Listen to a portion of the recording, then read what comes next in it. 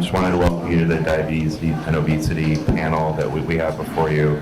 We're going to talk about, obviously, this global healthcare challenge and hopefully some of the bright opportunities that exist. My name's Chris Odie. I'm with Alexandria Real Estate Equities. Alexandria is really pleased to sponsor the pre-Galien Forum as well as the pre-Galien Awards this evening. It's kind of our, kind of one of our goals here in New York is to bring content and programs like this that really promote collaboration, bring key stakeholders and really luminaries from this event to New York. I mean, New York is so full of great talent, great science, great medicine as well. Alexandria helped to put this panel together really through Lynne Zydowsky, who along with Ron Winslow will be moderating the panel. Lynne is president of Zydowsky Consulting. Ron Winslow, I'm sure most of you know who he is. This was the Wall Street Journal.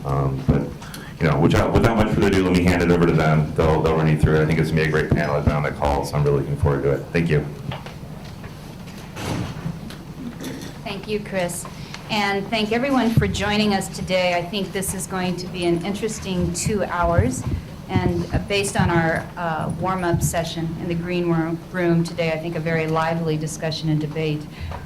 Today we're going to discuss with our distinguished panel of individuals the global health challenge of obesity and diabetes.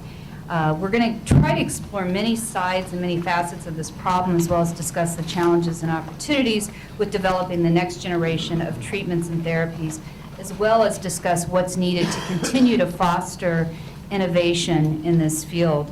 I'm going to start with just a few slides on the problem to set that up. I'm then going to transition it over to Ron, who will talk about some current treatment approaches, some challenges facing the industry. Ron then will introduce the distinguished panel that we have with us today, and we're going to go around the table. Each person on the panel will give 5 to 7 minutes of remarks sharing their current view. We're then going to open up in the second hour to a Q&A, what I hope will be a very lively and interactive discussion from the audience and the panel in this topic. So just to start, last week many of you may have read in the Wall Street Journal there was an article that told about how the UN General Assembly was meeting to address the proliferation of chronic disease. Now this is significant because in the past they've only taken on a health topic one other time. That was a decade ago, and that was in the field of AIDS and HIV. In a recent study that was cited by the Harvard School of Public Health and the World Economic Forum, they projected a lost economic output due to chronic disease to approach 46 trillion by the year 2030. And as you can see, many of these diseases are directly associated with obesity. We are beginning to face a serious problem with obesity in America. And I know that everyone here is aware of public health crises facing our nations and communities around the globe. But even in the context of our day-to-day lives and headlines, the statistics are staggering. And I want to play this animation, which the take-home message here is to really show you how the prevalence of obesity has increased in the United States from 1986 through 2010. And I just want to start by saying that everything that shows up in the blues will be 10 to 15% prevalence as the map continues to go brown and into more of a red brick color. That represents 35% obesity, prevalence of obesity. So this is just to show how it's been changing through the years. In 1990, the prevalence of obesity was less than 10%, but not greater than 15%. As we moved on to 2000, the prevalence of obesity increased to a range of 10 to 25%. And you can see as we move now through the last decade that the map loses the blue, begins to become more brown, more red, showing the increase in the prevalence of obesity in the U.S. Up over towards 30%. That said, obesity is not just a problem in the U.S., it's a global problem. It's starting to become a problem not only in developing countries, but in non-developing countries. So what's changed? Well, we eat more, we work more, we exercise less, we're eating more processed food. You know, basically the food industry has made it very easy for us to continue to take in significant calories throughout the day. There was a series of recent Lancet articles that reported that in order to bring levels of weight back to those of the early 80s, we'll need to consume 240 calories less per day for a normal individual, twice that for someone who's been defined as being obese. For those who become obese by the age 10 or 11, family-based programs are recommended to keep the overweight from carrying into adulthood.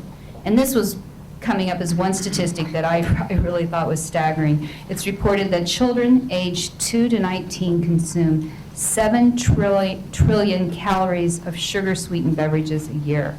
This was reported in the New York Times in September of 2011, showing that this is just alone a $24 billion industry just for kids alone. So, as you can see, I mean, we are facing a real challenge and a real problem within the U.S. So obesity rates worldwide have more than doubled in the last 3 decades. In 2008, there were 1.5 billion adults aged 20 and up were overweight. 200 million of these were men, 300 million were women. And in 2010, nearly 43 million children aged 5 and under were considered to be overweight. We're going to talk about this more today.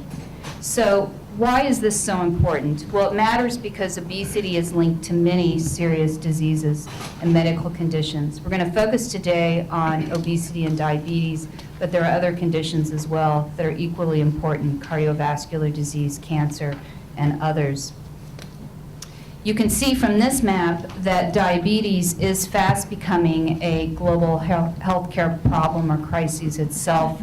If you look at the darker blue, that represents a greater than 12% prevalence of diabetes. And you can see, you know, with this map, this was done in 2010, where the significant diabetes is in the both developed and undeveloped world. However, someone on the panel will point out today, this is already an outdated map with regards to what's happening in China, or outdated data. So the global impact of diabetes has both a human cost as well as a healthcare cost. We spend over $175 billion per year on diabetes in the U.S. and over $375 billion per year globally.